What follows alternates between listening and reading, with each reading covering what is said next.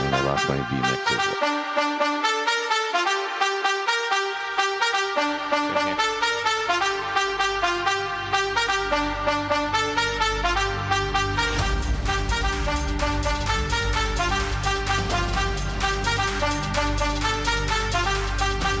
Got it back.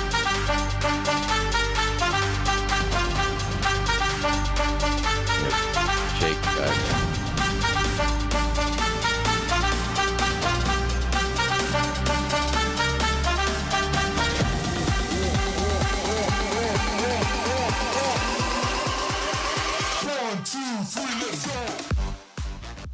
Well, we now hit ourselves into the end of the second third of this season. Your iRacing Radical E-Cup now looks to bring the next level on. We are heading old school here today at Lime Rock Park because the classic layout is there for all to go and drive. The uphill jump that is going to come on through, and the 33 laps of racing we'll have today in your iRacing Radical E-Cup. My name's Jake Sperry here, bringing you the coverage here on RaceSpot TV and live on iRacing. JR Gregory alongside with me for the ride today. And JR, Lime Rock is a circuit that every sim racer at some point in time on iRacing has gone, I'm going to have to put some laps in around here.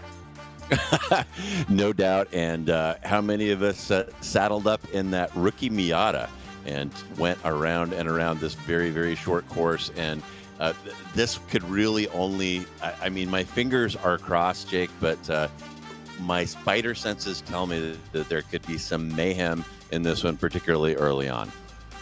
Oh, there could be. There definitely might be that opportunity. We take a look here as we settle ourselves in just off of White Hollow Road. And Lime Rock Park sits here with Zolder, Phillip Island, Mosport, and Interlagos. The final 4 rounds of the season. We've seen some of the classics out there, like Road America, Nürburgring. We've seen Road Atlanta, Imola out there on this schedule. This is one of only 3 circuits on this season. Well, sorry, I'll correct myself. 5 circuits that find itself in North America. So we're going to be in for a really good time of things in terms of how they battle. But let's talk championship as we walk into today. So officially, Brandon Hawkin has been head and shoulders over the top of the division, 1,740 points, playing against 1,263 from Peter Avani, with James Barry, Shettle Larson, and Jake Williams on the chase. Max Davies 6th, Horvath Gullikson 7th, with Andre Castro, Andrew Mitchell, and Heinz Braun making up your top 10. But when you flip it over to the RaceSpot standings, it's even more of a tale of how good Brandon Hawkin has been on 170 points. James Barry second on 83, and Peter Avani not here today on 80. You look at Andre Castro, he's picking up the points well in his fight to get up to second, with Jake Williams 5th, not here today. Shettle Larson ahead by 12 over Max Davies. Then it's Horvath Gullikson and Julian Biesterfeld in 9th. Heinz Braun on 14 points rounds out your top 10 for this broadcast split that we have going forward. Track temp right now, 22 degrees. It's a cold one here in the morning on an August 8th. 11 kilometers an hour, gusting winds around here today. And crucially, I would say, JR, as we take a look at this fantastic little gnome who's ready for racing action, this is the track that says, okay, in this, guys, how many left-handers do you want? You've only got one, as the grid now will start to form. Brandon Hawkin on pole once again, and did so on a 45.493. Horvath Gullikson alongside with Dennis Kiriakopoulos and Shettle Larson on road 2. Max Davies and Isaac Gardner make up your top 6. You've then got James Barry and Chris Wett, with Rafa Blanco and Andre Castro down in qualifying, then 6/10 off the pace. He starts from 10th, with Ole Henrik Gullikson there in 11th, and 12th then belonging to Heinz Braun. Jay DeMarken and Menno de Graaf make up the top 14, with Raggy Masiha and Urs Odovot. Then your top 16, Matthew Cockerham, the classic specialist, in 17th, with Ryan Springer, then 18th, making up your field for today's action. There's only one left-hander on this circuit. Everything else is right corner after right corner. This is a bull ring. Yeah, crazy stuff here. And shout out to that. I think I saw a classic Martini livery on one of those SR10s. Looks fantastic. But yeah, really hard to prepare for a race here at Lime Rock. It's you really have to take things as they come at you, and qualifying so important here. And Hakan Gullikson, Kyriakopoulos, Larson looking good up front. They very much are. Brandon Hawkin ready. Some drivers electing to try and warm the oil temperatures up by running on that engine. There is a little look at Raggy Masiha and that wonderful Martini livery, but timer is ready. 33 laps about to start. The Canadian here in Connecticut gets a lovely launch, and we get underway for racing action already. Car passing the grass. Immediately the moves start bringing themselves in. What a big power play that was then from James Barry off the get-go, dispatching a Max Davies there with an uberly aggressive move to start. Critically, Brandon Hawkins got the launch he wants with Gullikson, Kyriakopoulos and Kjetil Larsen, your chasers. What a move by Barry. I'm going to need to see that one again. Catches Max Davies unaware there. Davies tries to squeeze him up against the pit wall, but there's just enough grass there for Barry to catch it, putting him up into P5. And you got to make those moves here early. You got to make them when you can. Very, very tough to get moves done here. And here we go, heading down that back straight for the first time. And yes, you're going to see radical SR10s, four wheels off the ground. My goodness, Max Davies almost turned James Barry across the nose. How strong of a defence it was in the early stages. Kjetil Larsen then and Kyriakopoulos just in front. Here's the start. He just got a mega launch and went, you know what? I think in my past life, I could have been Ryan Hunter-Reyer passing the grass to the inside, saying that is exactly what the doctor ordered. We did have one spinner off the start, which was Jay DeMarkin, who found himself wrong place, wrong time. And so moves now being made as they look to settle down into rhythm. These laps are going to go quick, and they are going to go fast here in these cars, going 250 kilometers an hour along this stretch. The Dane Max Davies wants to find his way back through, but he knows he now has to set himself into the line. Yeah, 45-second laps around here. It's crazy. We talked about it before. It's a track that we all have a lot of seat time on, just by virtue of it being a good beginner track and kind of force-fed to early in your iRacing career. But these laps, 45 seconds ticking by so quickly. And so far, Gullikson doing a good job here, hanging on to the back of Hakan. He can't let Hakan get away. 7/10 right now.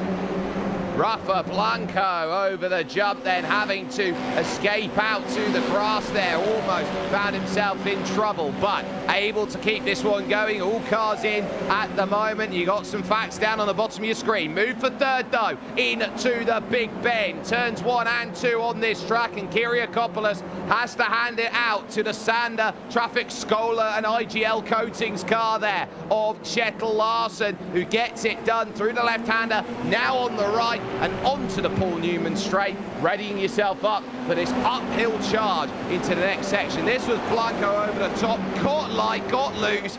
Any sort of rotation of the wheel before you go forward. You need your rally spec skills there as Andre Castro gets another. He jumps through Max Davies. Yeah, Blanco showing that quick, those quick hands right there. We've seen that out of him before. And unless you are on the ball right there to catch that quick snap, it is disaster. And here's a little look down the inside. And my gosh, that must be Kyriakopoulos on Larsen right there showing his nose. Yeah, now look at it here in the middle, because this is what happens when you get caught up in the mix of it. Castro and Barry gets his elbows out, pushes Andre Castro a little bit wide. Davies now looking for a run here to uphill. We could be 3 wide, it's only 2. Davies now looks to take the line away from Andre Castro. They climb the crest and try and get themselves into play here on lap 5. Davies more aggressive as he goes into West Bend, but Andre Castro, sign of the real world driver that he is, just says, look, I'll pick the run up down on the downhill to the diving turn, and I will take my run along this main straight. Big blocks being thrown, and now we'll be 3 wide. Blanco lifts out of it. That allows Heinz Braun to get aggressive, and a massive amount of smoke on the lockup there from the likes of Wets they go through. This is mega aggressive stuff. Yeah, absolutely manic here in the early going. 33 laps, that's got to be the highest number of laps that we've seen in this Radical Esports Cup. And can you imagine, I would not have bet any amount of money that we would see a side-by-side entry into that turn 5 uphill there. You see Wentz on the bottom screen fighting that loss of grip as the car lightens up over the crest. This is absolutely wild and clean so far. A lot cleaner than I thought it was going to be. A lot of opposite lock there. Your biggest moves and shakers on the right-hand side of the timing tower. Ryan Stringer, best of them, +6 for the day so far. Ole Henrik Gulliksen struggling. He's down 4. Down 5 is Jay DeMarkin, your biggest loser out there at this point. Oy, that's going to be well out of shape there, just in front of Ryan Stringer. That's Isaac Gardner there, who is finding himself, Ben, struggling to try and hold his place. And speaking of holding your place, we talk about Lime Rock Park here, JR, being momentum-based. If you break away in slipstream, it's very tough to get it back. Your top 2 are 2.2 clear of the rest of the field. Yeah, Hawken and Gulliksen driving away, and you see somebody washing out into the grass up there on the last part of the course. Very easy to do right there, and it's crazy to call a car with 425 horsepower a momentum car, but it really becomes one out here at Lime Rock with all these medium speed corners.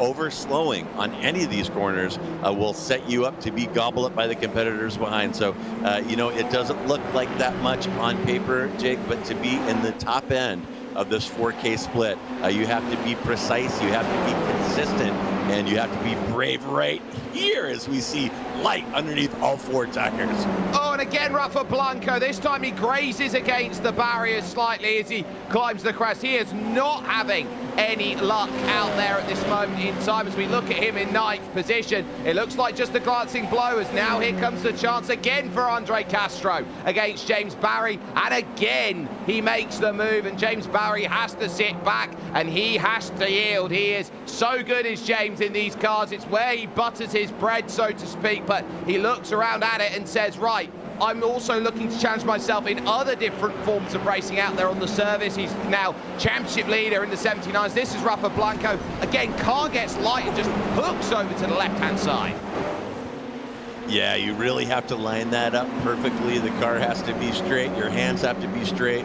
Going over that crest when the car gets light, if it's not perfectly straight, that rear end will start to wag on you, as you saw Blanco fighting it right there, and he's lost a couple seconds in that one spot so far with only 10 laps in, and I know that he has got to be frustrated by that.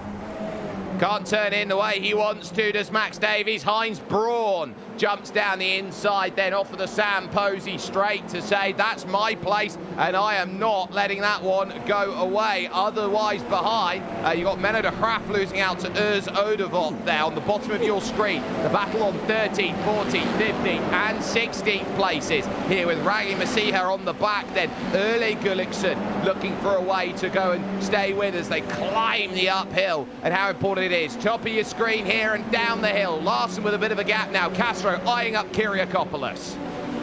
Boy, and some great camera work by our producer Ramos Cisneros on Heinz Braun, showing him fighting that car. He is flogging that thing within an inch of its life. Only 11 laps, 1/3 of the way through this one, and it is fun to flog these things and slide them around, but it is not sustainable over an entire sprint race. You'll lose the tires before the checkered flag waves, and be curious to see if Braun can keep that car under him the way he is flogging that thing now. Yeah, and it's a key of how are you protecting that tyre. Kiriakopoulos, massive wiggle over the crest. That opens it up at the West Bend. Then for the run down the inside, easy stuff for Andre Castro. He gets the move sorted and up another position. He now jumps and says, look, I'm making that great progress here. But James Barry now will also be eyeing up his inner teammate, whether that's possible. Castro now +6 for his day. He is now tied as the biggest mover in this field right now, and so he will look at this going, I'd quite like a podium here. That's definitely what the doctor would order at this moment in time. One issue that he's running into, though, he's now 4 seconds, well, effectively off the race lead. He's now 6 seconds back off of the race lead. Yeah, Castro probably has a podium within reach right now. We've seen him work his way through the field very efficiently at a couple races where he didn't qualify where he wanted to, but Hawken definitely pedaling hard up front, still maybe barely towing Havar Gullikson along, but that gap is 1 second. And if it gets much bigger than this, then Hawken is just going to have a track day. And there's a little move down the inside by Barry on Kyriakopoulos. You called that, and Barry will move up into P5.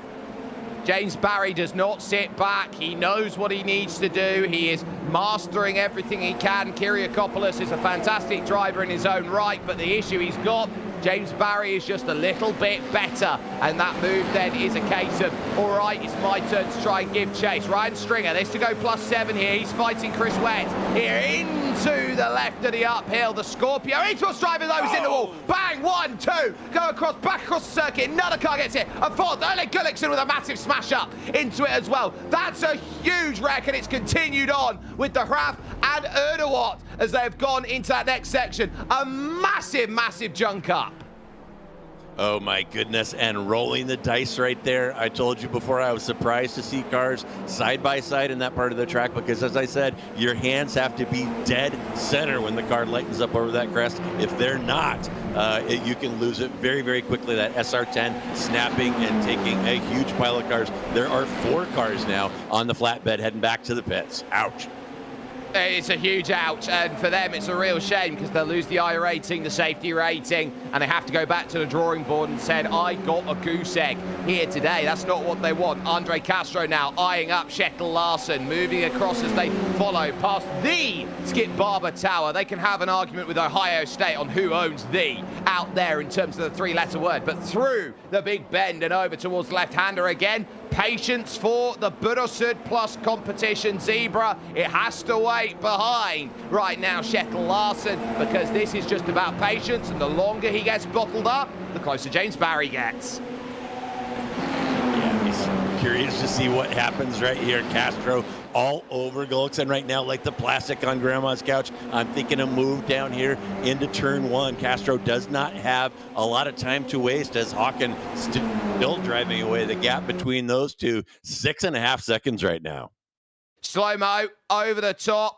Ryan just loses it as he hits the jump. Bang! He goes into the Armco. That sends it back across the circuit and creates havoc as that goes through. Ole Gullikson here has a look. So there's the avoidance. Meno de Graaf takes the hit. And there's a secondary hit down there as well from Odevet, out there as well. So that gives Odevot then the hit that goes on further. We'll probably need another replay to see what happens to Urs and Meno de Graaf in their run. But Kjetil Larsen, well, he's covered off the move on this lap, and he's only got to do it another 18 more times. And a shout out to that Martini car slipping through the carnage, shaken, not stirred, and still rolling.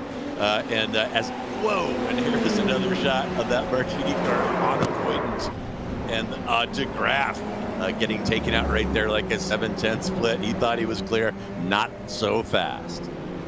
No, it's a real shame there on that hit, and Erdevot is going to be very, very unhappy that he's been caught up in that. Nothing he could do. He thought he'd cleared all of the action, but back came de Graaf across the circuit at the West Bend, and that's made life tough. Suddenly, 3rd, 4th, and 5th continue on with their scrap. They climb the hill again. Kjetil Larsen continuing on that defence, and it's just a case that Andre Castro gets a run, but these straights are 50 metres too short for him to get alongside and have an absolutely fantastic chuck of it. This is the best chance he's had so far to get up to 3rd place. He tries to pin down Kjetil Larsen to the bottom of the circuit. Kjetil outbreaks him. James Barry just jumps it straight down the inside of him there. That is opportunistic, and Andre Castro would have seen a ghost. To the left-hander, he covers it, but James Barry is not being idle. What a move by Barry. Oh my gosh. Such fantastic racecraft. And Castro here doing the classic Lime Rock move against inside defense. If your competitor takes inside defense, you pin him against that pit wall, giving yourself the normal line. When Castro went back out to take the wide entry, Barry saw it coming, was right there, almost got the move done. Great stuff up front. But the key operative word in that is almost, which means he didn't. And so he's going to have to go back to the drawing board and try it once again. Lap 19, they find themselves on here, and the group has now formed because welcome back, Kyriakopoulos, Max Davies, and Heinz Braun. It's a six-pack challenge. Yeah, and a big pile of cars right there for P3. It's Larson from Castro, from Barry, from Denis Kyriakopoulos, from Davies, from Heinz Braun. All of those cars covered by less than half a second, and didn't really see that coming for this one. Look at that traffic in Connecticut. Only 15 laps to go here, just past the halfway point, and great racing so far. You're not missing anything anywhere else. This is the biggest battleground on this circuit. Here comes, a thought to go to the outside there from Andre Castro, but he backed out of it and said it's not going to be this lap. And I wonder here, if you're Andre Castro, you spent so long bottled up behind Kjetil Larsen. At what point does he get desperate? Well, and Castro there, you're looking for that, ouch, Gullickson gonna need to see the medic after that one. But yeah, Castro right there had the potential move to the outside, but remember, Barry behind him. And now he's making it happen. Oh my gosh. What a move there. Patience prevails. Andre Castro up to third, and now Larson here has to both either A, attack, or B, defend. James Barry was searching for it. Kyriakopoulos has to move. There's a missed break there by Davies, and so that opens up Heinz Braun. He jumps through and takes that one away, and that's what happens. One move out causes a chain reaction. One car loses the place by being a little too far off the mark. And Castro kicking himself right now for a poor qualifying. Remember, he qualified way down toward the bottom of the top 10, showing his pace as usual, but 10 seconds ahead to Brandon Hawken right now. Unlikely he's going to get that done. He's going to have the podium here, but he's got to be thinking what might have been had he qualified in the first couple rows. He would have been in a position to take it to Hawken, but not today. I don't think this is as set on as we think it is. We know Andre Castro's caliber and pedigree, as wide goes Davies behind, and that's going to cost him the time now and bring Rafa Blanco into the group then, so that puts more to the party. I think Andre Castro's got the front. Yes, it's better his position, but if Kjetil Larsen can just follow in that tow, this car is super strong in terms of slipstream here, this Radical SR10. So it really gives you the chance as you see that jump over the hill. Look at them, they almost crab over the hill. Yeah, next time we run here, I want a camera pack with a camera right there. These cars are four wheels off the ground there in a high downforce car. Absolutely madness. And something to consider here too, when these cars are packed together, less than a half of a second gap between, Castro is going to be enjoying better downforce right now than the people behind him. The aero wash is modeled here in iRacing, so when you're driving in dirty air, your turn in is not as crisp, your braking not as good, and your front tires are getting hotter than the guy that you're chasing up front. Yes, so you're going to have to do something to cool that, or be in temperament, maybe take some different lines, get out of the wake. That certainly does offer you the opportunity to go and make that happen, so we'll keep focus on that as they go. We're now down to 10 laps to go here with Brandon Hawken having led every single lap of the way so far. Heinz Braun also hunting down, and someone who knows what it takes to win races here in these Radicals on broadcast split. So there is definitely chances aplenty to go and get this to happen. Larson has covered his gap well here with James Barry, which leaves now further behind the questions now of Braun and Kyriakopoulos and Davies and Blanco right now. We know the pace that Max Davies has, but he's got to keep it on terra firma. These two drivers right now, I'd turn around, JR, and say they've been the story of we've had pace, we've just pushed it a little too hard in areas.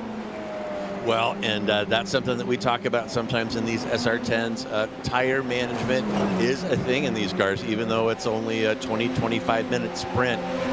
Temperature can build up, particularly in the fronts around here and in the left side tires, as you mentioned before. And we could see some people who have been overdriving these cars exposed down the stretch. You cannot flog them continuously for 25 minutes and have a good finish. So we'll be keeping an eye on that too. if we see cars washing out on entry, not being able to get their nose turned in, you know that they're having tire problems here down the stretch.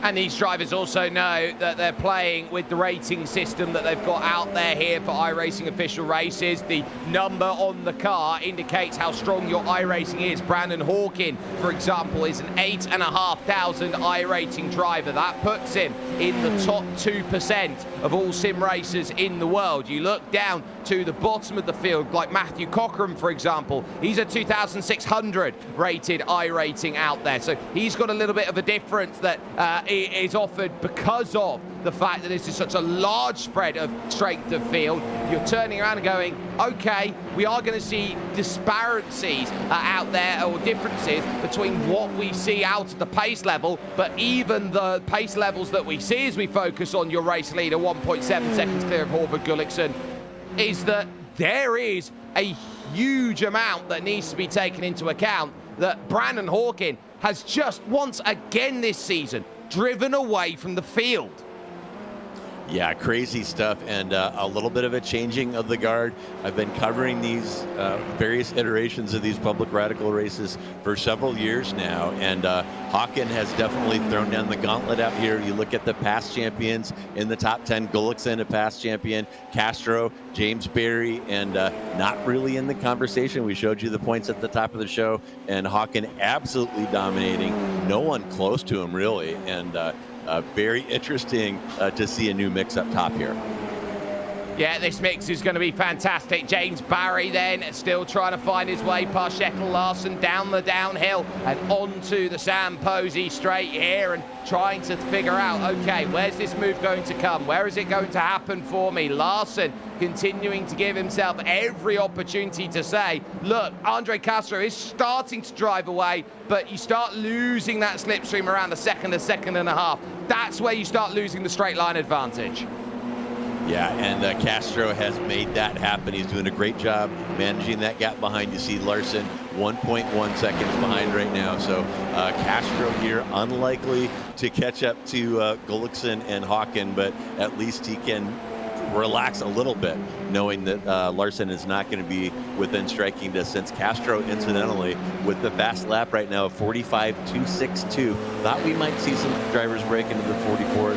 Guess it's not going to happen, but Castro with the fast lap just by a squidge over Brandon Hawkin. Well, watch out, Heinz Braun. He thought about it on Dennis Kiriakopoulos, and it didn't quite manifest there. Went to the outside, hoped that it was going to work, but Dennis was better on the brakes on the inside, and that gave him everything that he wanted. Now he'll crest away through the right-hander, and he realizes here, JR, look, I'm clear, I'm happy, I'm very much in play with the way that this race is going. As I crest here for lap 29, and not many laps to go, there aren't many places left I have to defend. Yeah, and it's all about keeping it frosty, keeping the car on the track, and I can't really overemphasize what these drivers are going through, going over that crest on every lap. It is high risk on every single lap to run at the pace these drivers are running at. So it may kind of feel like they're relaxing. They're not being attacked from behind, but they're being attacked by physics and by gravity every time they go around the backside of the course.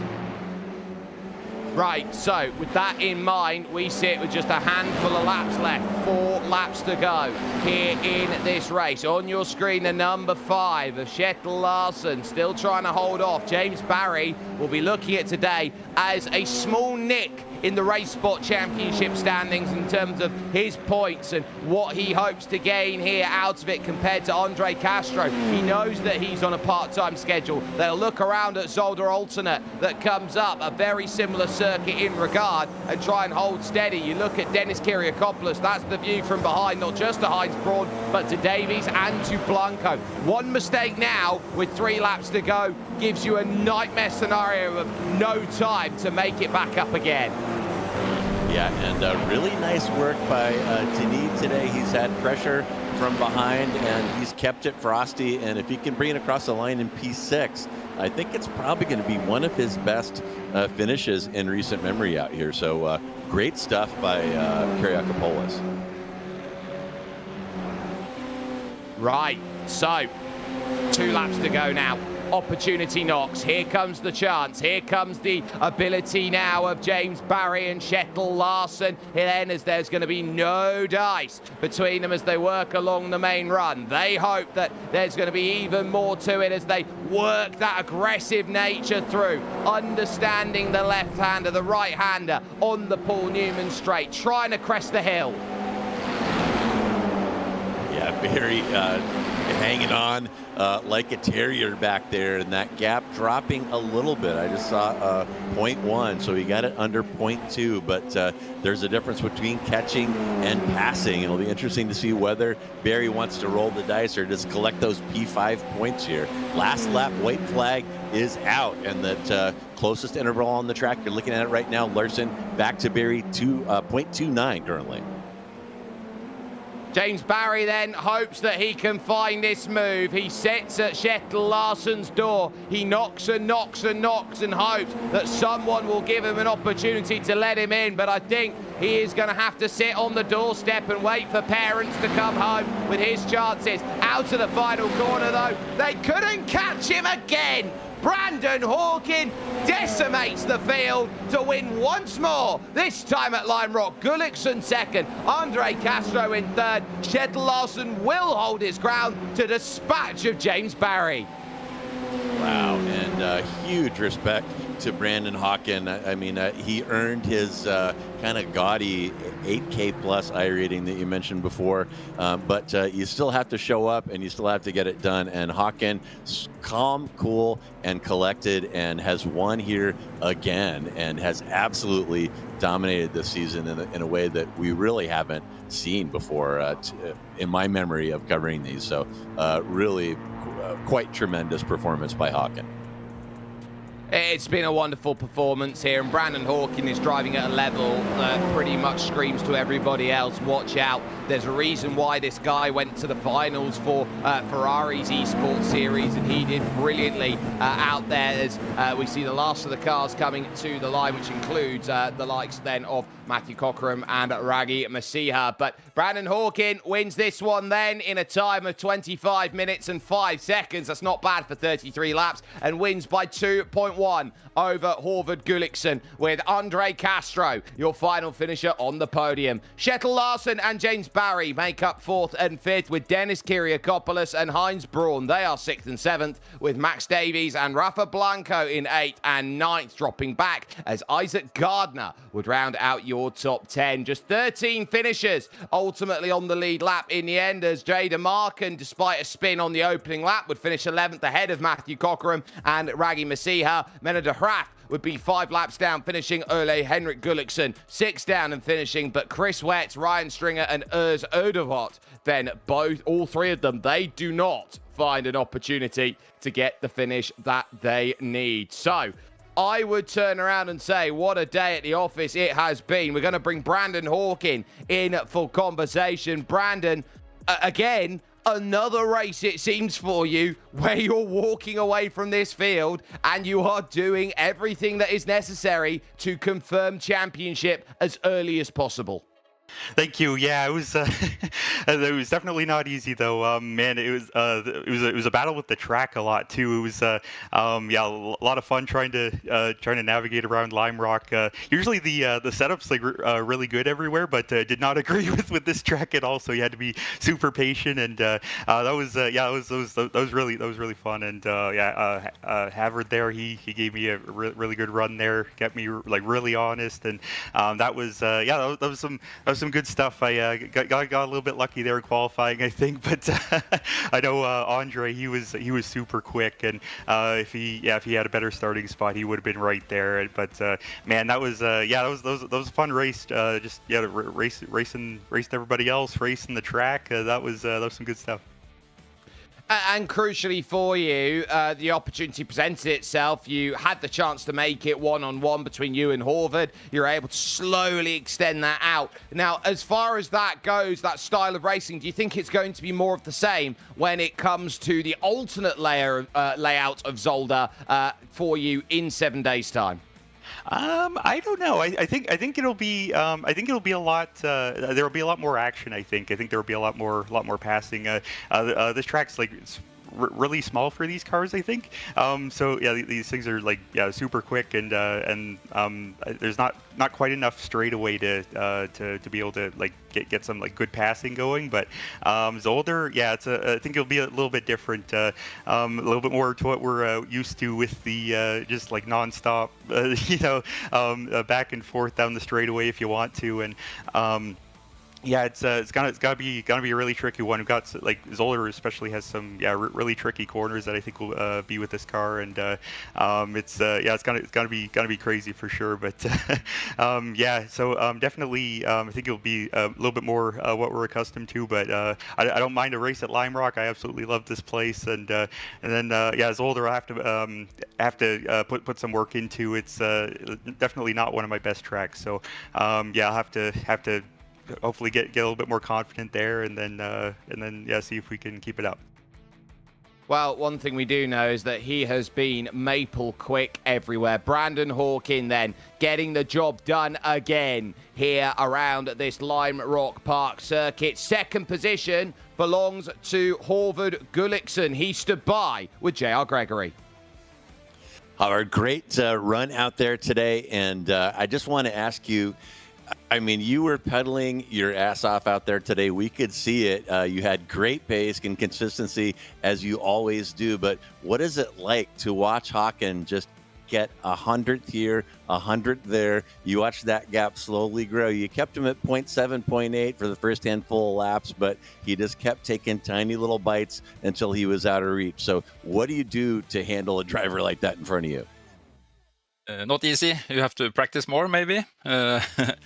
I realized pretty soon that he was too quick, and my left front tire was hating me in some laps there, because the left front tires is cooked when you are too close behind.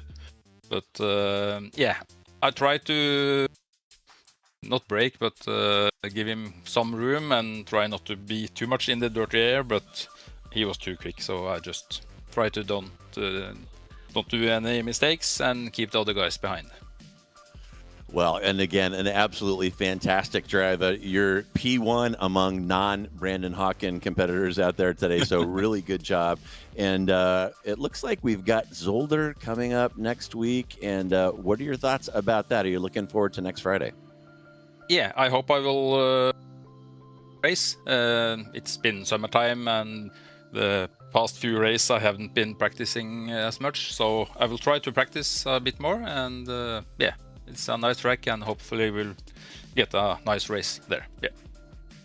All right, fantastic. Well, Havard, absolutely great drive today. Congratulations on that P2. Thanks, as always, for stopping by and chatting with us. And before we let you go, is there anyone you would like to thank or give a shout out to today?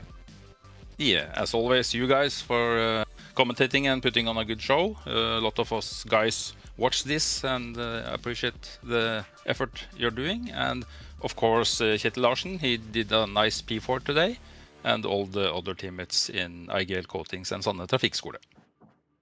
All right, very good. Well, that is Havard Gullikson, past champion and P2 today. And Jake, back to you. Absolutely, and they will know that in 7 days' time they will find themselves over in Zolder for the next round out there, and how critical that will be for them August 14th. As far as that goes for battling, 9 p.m. you can jump in. I've just seen Andre Castro jump in, so we're going to very quickly jump over to him, get a chance to chat, because Andre, you are biggest gainer in the field, but what happened in the qualifying there? Because you were 0.6 off the pace, and that is not Andre Castro pace. No, yeah, it's just got a 1x on my fast lap. I think it was good enough for pole, and then the last corner just went a little too wide and got the 1x. So yeah, it's been multiple times trying to beat Brandon this season, just stepping over the edge a little bit, which I'm not used to, and frankly is very frustrating. But trying to use it as more of a learning tool, especially for real life. Like it definitely makes me better, I think, to have to like squeeze every maximum bit of performance I can out of the car. And I think maybe I could have backed off a little bit, obviously, in the last corner, probably still had pole. In the race, I think I was the fastest car and just got stuck behind, Kjetil Larsen, the truly trained there. But I think hopefully one of these days, if I can come out on top, it'll be really nice, because I know I'll have beaten some pretty good people, and yeah, it was unfortunate because I knew in practice this was going to be one of my best chances, and I think I had the speed, but just didn't quite execute in qualifying. So try next time. And in regards to how that next time goes, we hope we'll see you at Zolder for that as a next time. But the way that you had to battle today, the elbows out nature of having to get by the likes of Shettle Larson, James Barry, Kyriakopoulos, all those drivers that you were having to go and play some pretty advanced techniques in order to make sure you could confirm the passes, and you had to be on your toes when they would attack you back. How important is that for you to have a race like this to help reset you and understand that, yeah, you have to be at, 10 tenths with your racecraft to go get what you want in a race like this? Yeah, I think it's awesome to have one of those races coming through the field. Obviously, iRating is important too, and don't want to lose a ton and crash. So it was nice to be on the podium. And again, I think it also just helps for make me a better driver, putting me in situations that maybe I wouldn't want to be in, but try not to lose my head in the process, because definitely some iRacing races, I think everybody can relate, to kind of get on the back foot and making things worse than they need to be. So yeah, just trying to kind of learn, and no matter how I got in a certain situation, just take the best course of action out of that situation. And yeah, just kind of stayed calmer than I usually do after qualifying, and managed to pay off. So that's all stuff that I think is just so intense in the sim, and if you can carry that to real life, I think it'll just make you better. And I think that's it's almost like a mental gym, it's like going to the gym but for your mind. So I'm enjoying the challenge. It's definitely been frustrating, but I'm trying to flip it into a positive, and one of those positives is being able to have some good battles today. So yeah, hopefully I can come out on top of the season at some point, but we'll see.